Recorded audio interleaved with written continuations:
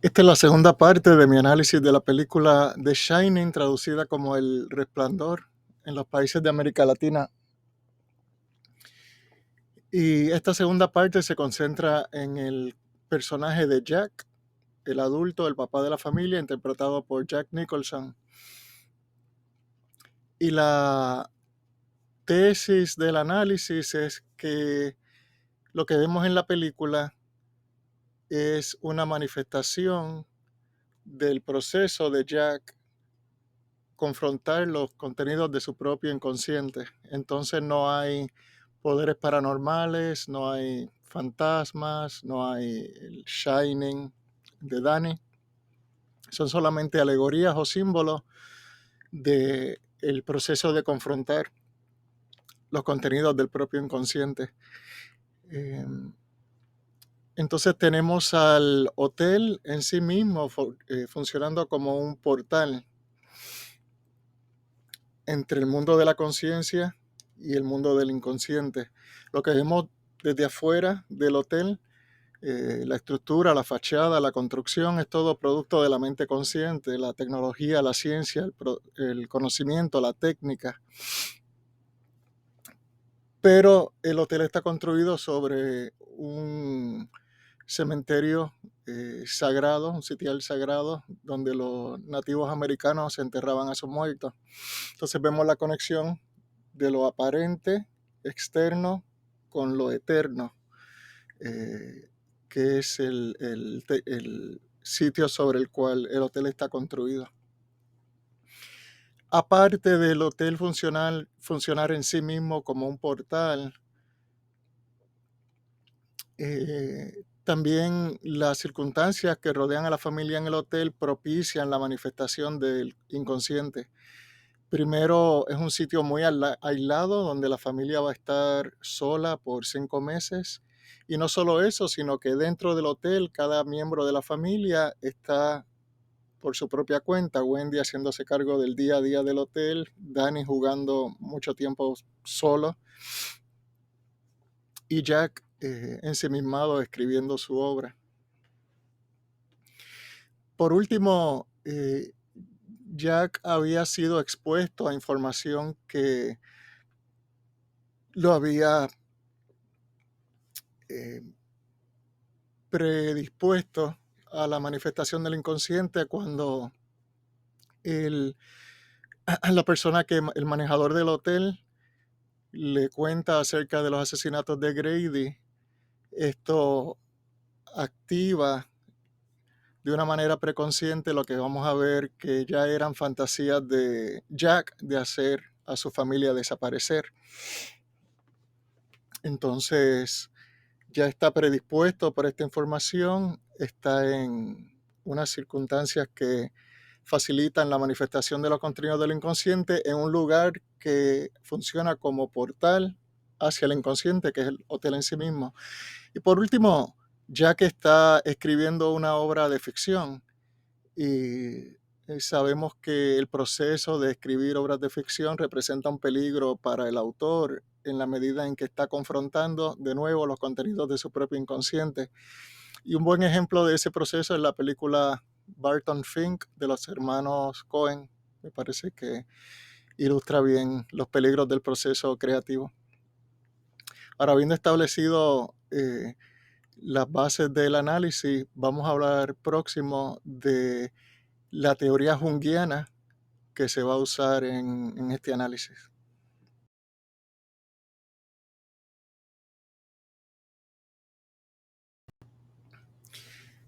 Lo primero que hay que establecer en términos de la teoría junguiana que nos va a servir a interpretar el personaje de Jack son las 4 funciones psicológicas que Jung describió. Cuando él desarrolló su teoría de la personalidad, él describió 2 pares de funciones opuestas. Eh,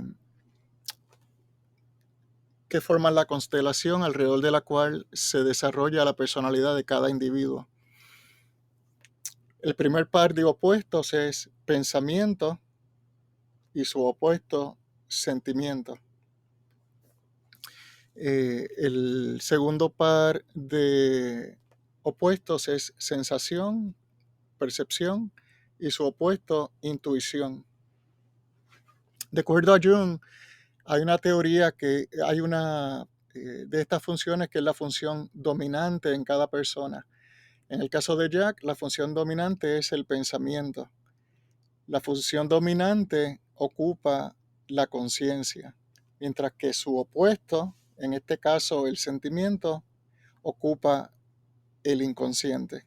Esta función Jung la llamó la función desatendida, neglected en inglés, y esta función desatendida es inconsciente, no está desarrollada, mientras que la función dominante ocupa la conciencia. Y el otro par de funciones, sensación e intuición, son funciones auxiliares que están parcialmente en la conciencia, parcialmente en la inconsciencia.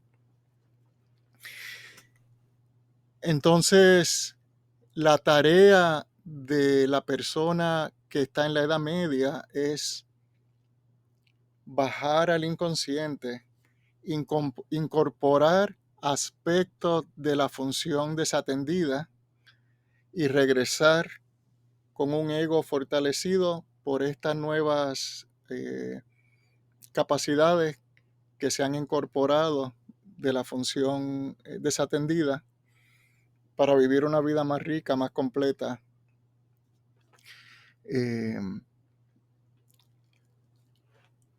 Otro aspecto importante de la teoría es que la función desatendida, en este caso el sentimiento, siempre se va a identificar con el ánima. Y el ánima en la teoría de Jung es el componente femenino de la psiquis masculina. Por lo tanto, dice Jung, en los mitos, el folclore, los sueños, las visiones, todas las formas en que se manifiesta el inconsciente, este proceso de incorporar la función desatendida se representa como un viaje heroico o como una tarea heroica, en donde el héroe, en primer lugar, entra en un lugar oscuro, que puede ser una cueva o puede ser el interior de un animal o un monstruo como un dragón o un monstruo marino, que vendría a ser una representación del ego descendiendo al inconsciente, a las profundidades del inconsciente. El próximo paso en el mito es el ego sobreponerse a la amenaza y alcanzar el tesoro. El tesoro puede ser una doncella en peligro, el tesoro puede ser oro, puede ser un arma mágica, y eso es representación, de acuerdo a Jung, una vez se baja al inconsciente, adquirir cualidades de la función reprimida.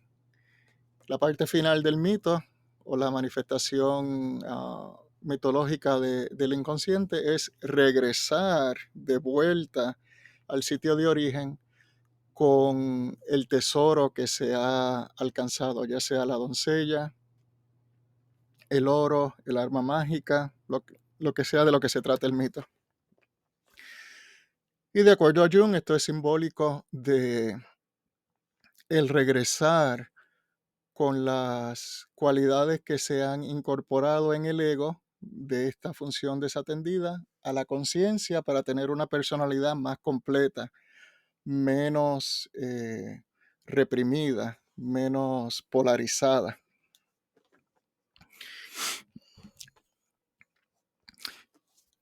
El peligro de este proceso, ya sea en el mito o en la práctica, es que el héroe no complete la tarea, que muera a manos del monstruo o que no pueda regresar de la cueva aún después de completar la tarea que se ha propuesto. Y en la práctica esto se traduciría como la persona no poder regresar de las profundidades del inconsciente, entonces su psiquis se derrumba, se disipa y pierde la mente o la capacidad de funcionar en el mundo del día a día, en el mundo real. Y en mi opinión, esto es precisamente lo que le pasa al personaje de Jack. Es una incapacidad de completar la tarea heroica, una incapacidad de completar la tarea de la persona en la Edad Media, y en vez de incorporar la función reprimida, el sentimiento en su caso, en la conciencia, se desconecta por completo de esta función con las consecuencias que más tarde vemos. Ahora vamos a echarle un vistazo a lo que Jack trae al hotel antes de que trajera a la familia para la estadía mientras trabaja.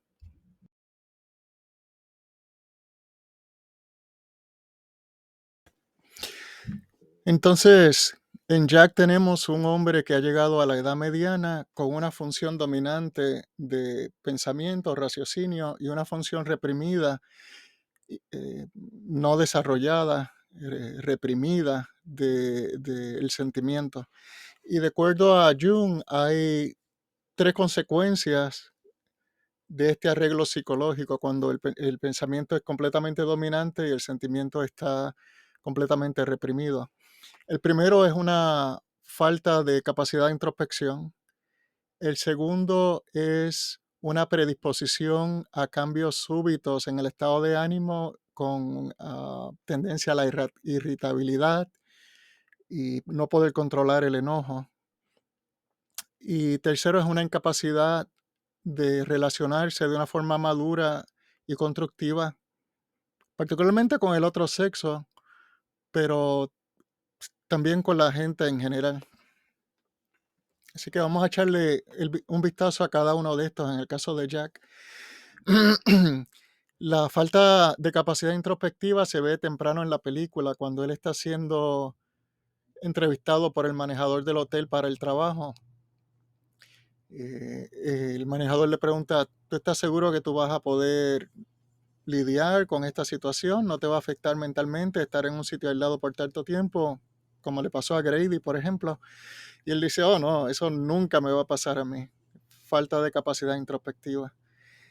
Segundo, le preguntan, ¿y tu familia va a poder manejar esta situación? Y él dice, oh, sí, a ellos les va a encantar. Falta de introspección. Ya sabemos, en este punto, ya sabemos que Dani no está de acuerdo en pasar todo este tiempo en el hotel. Así que vemos esta primera consecuencia de Jack tener una función de sentimiento reprimida y no desarrollada en lo absoluto. El segundo es su predisposición al enojo, no poder controlar su mal humor y tener una tendencia incluso al comportamiento violento.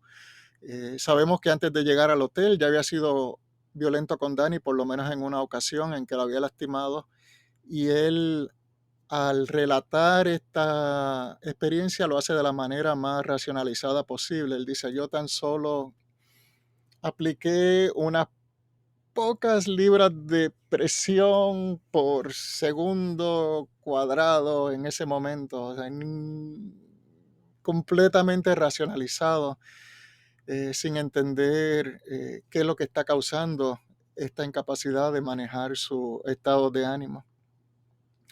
Y yo me sospecho que también ya había sido abusivo contra Wendy, porque cuando Wendy está con el bate en la escena en que ella piensa que hay una amenaza que no ha podido ver en el hotel,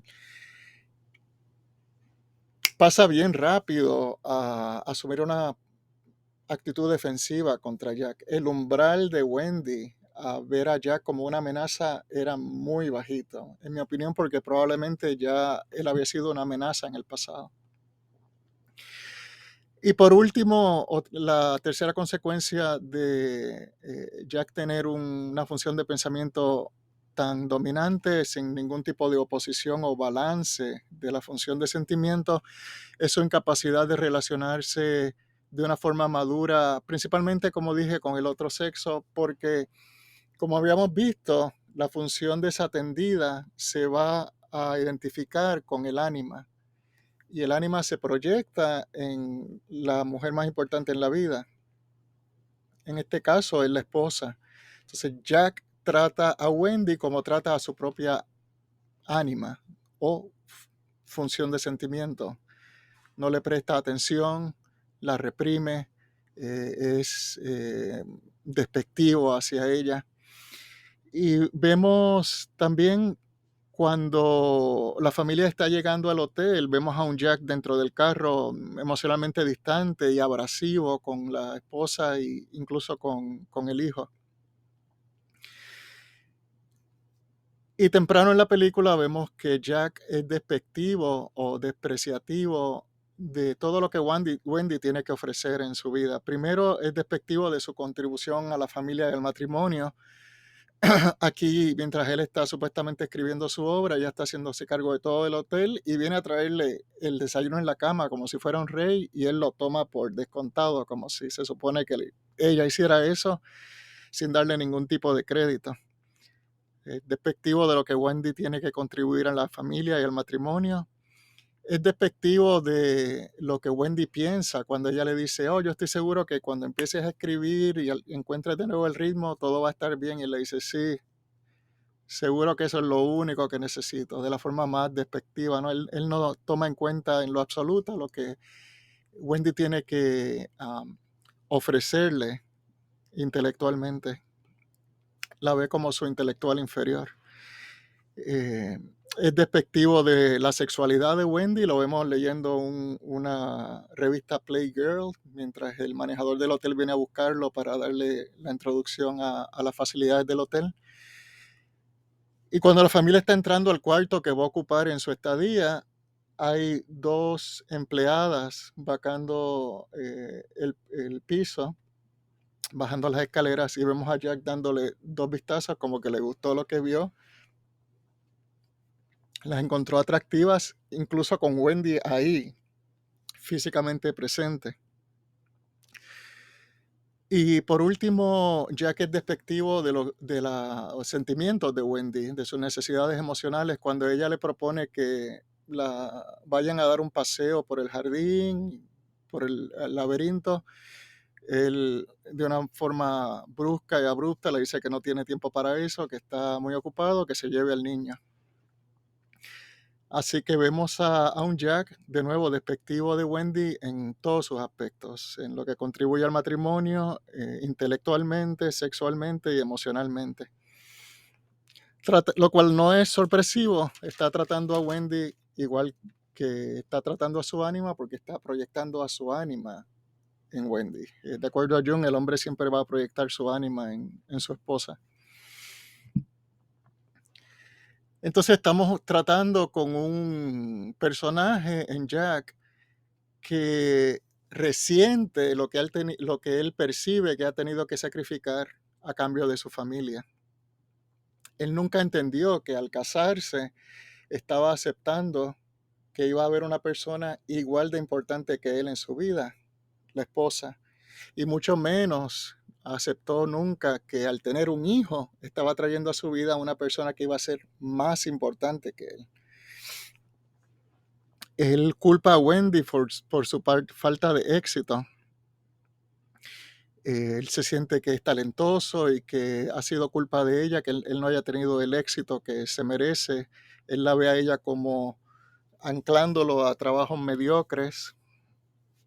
Se refiere a la esposa como una perra, cuando el personaje de Grady le llama la atención sobre lo que Danny está haciendo, él culpa a Wendy por la forma que Danny se está tratando y continúa con el tema de la falta de introspección hacia la realidad psicológica que él mismo ha creado en su vida. Ahora que tenemos esta base de lo que Jack trae psicológicamente a la situación, vamos finalmente a echarle un vistazo al arco del personaje de Jack una vez está en el hotel.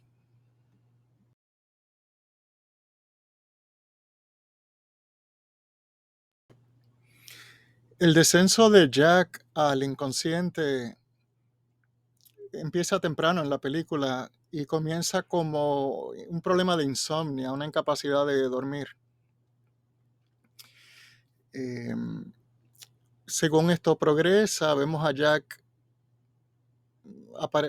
aparentar estar en un tipo de trance, donde está mirando más allá de cualquier objeto que tenga al frente, está como en su propia realidad. Hasta que eventualmente sueña que mató a Wendy y a Danny. No solo los mató, los cortó en pedacitos.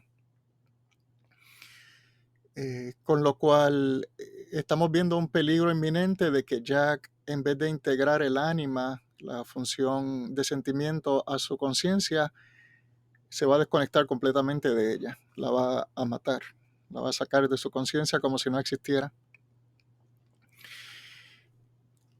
Pero la primera vez que vemos a Jack confrontar los contenidos de su inconsciente de una manera explícita es cuando entra al salón de oro, el Gold Room, la barra donde está Lloyd, que funciona como lo que Jung llamó el psicopompo. El psicopompo o psychopomp es la figura que sirve de guía al héroe, protagonista o ego en su tarea heroica o en su recorrido a través del mundo eterno, como en la Divina Comedia de Dante, o el mundo del inconsciente.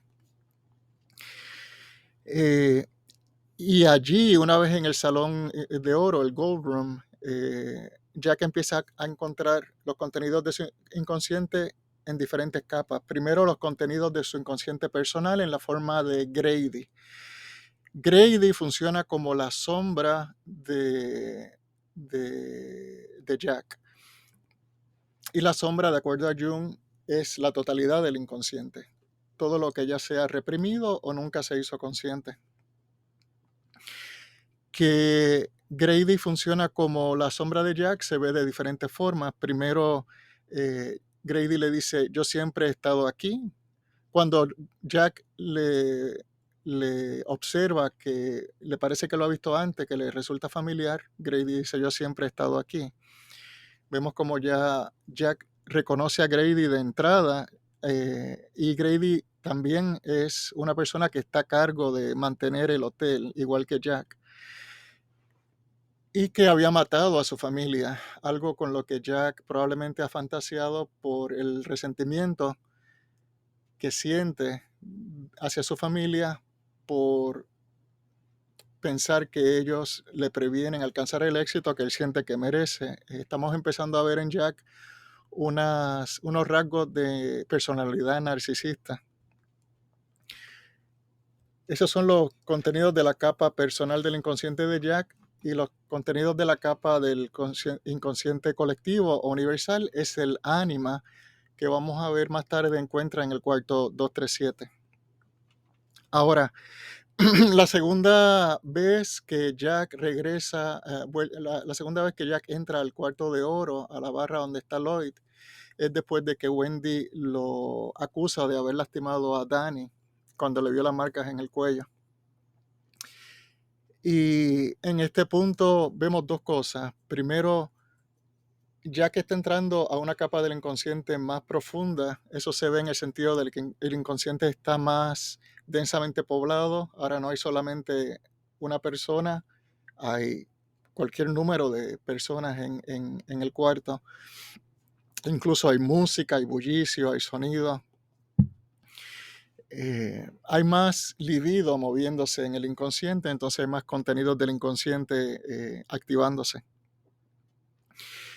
Y también vemos una compensación psicológica donde el narcisismo de Jack, que ha sido herido, regresa con una venganza para manifestarse fuera de control. Ahora Jack está compartiendo con gente adinerada, con gente importante, que lo trata como su igual, lo saludan en la puerta conociendo su nombre. Tiene dinero en la cartera, cosa que no tenía la primera vez que entró a la barra. Ahora tiene dinero en la cartera y le dicen, no, usted ni siquiera tiene que pagar. Cuando le derraman el líquido en la chaqueta, Grady le dice, no se preocupe por mí, usted es el importante. Está todo alimentando del ego. En este entorno, Jack se siente no solamente especial e importante, se siente que tiene un propósito. Ahora le han dado el propósito de hacerse cargo de su familia cuando tiene la conversación con Grady en el baño. Y sabemos lo que eso implica. Es matar a la esposa y matar al hijo.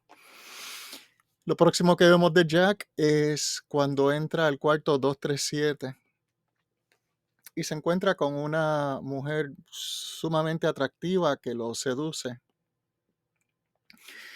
Y Jung advierte que el encuentro inicial con el ánima para un hombre frecuentemente es con una figura femenina, seductiva, atractiva, cuyo rol es hacerlo descender al inconsciente y prevenir que regrese al consciente.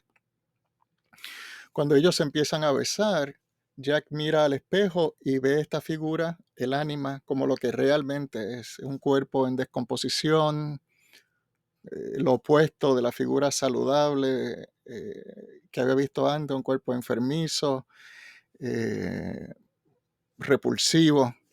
Y esa es el ánima en el inconsciente de Jack como realmente es, por haber sido desatendida todo este tiempo. ¿Y cómo reacciona Jack? Jack sale corriendo, cierra la puerta y la cierra con seguro para que no pueda entrar.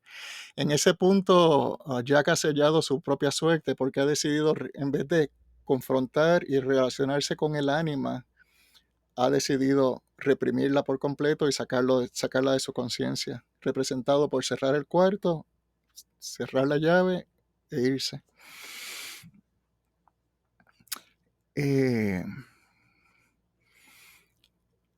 Luego de esta secuencia, Wendy encuentra la obra en la que supuestamente Jack estaba trabajando, la cual consiste solamente en la repetición de la frase All work and no play make Jack a dull boy. Estar trabajando constantemente sin ningún tipo de diversión hace que Jack sea un niño aburrido. Pero en algunas páginas vemos variaciones de la frase, de la última parte de la frase, en donde en vez de decir adult boy, dice adult boy, un niño adulto. O a deal boy, a deal significando una expresión callejera, un slang de un desastre, de un fracaso. Entonces vemos tres niveles de cómo Jack se ve a sí mismo. Cuando dice que Jack es un niño aburrido, es el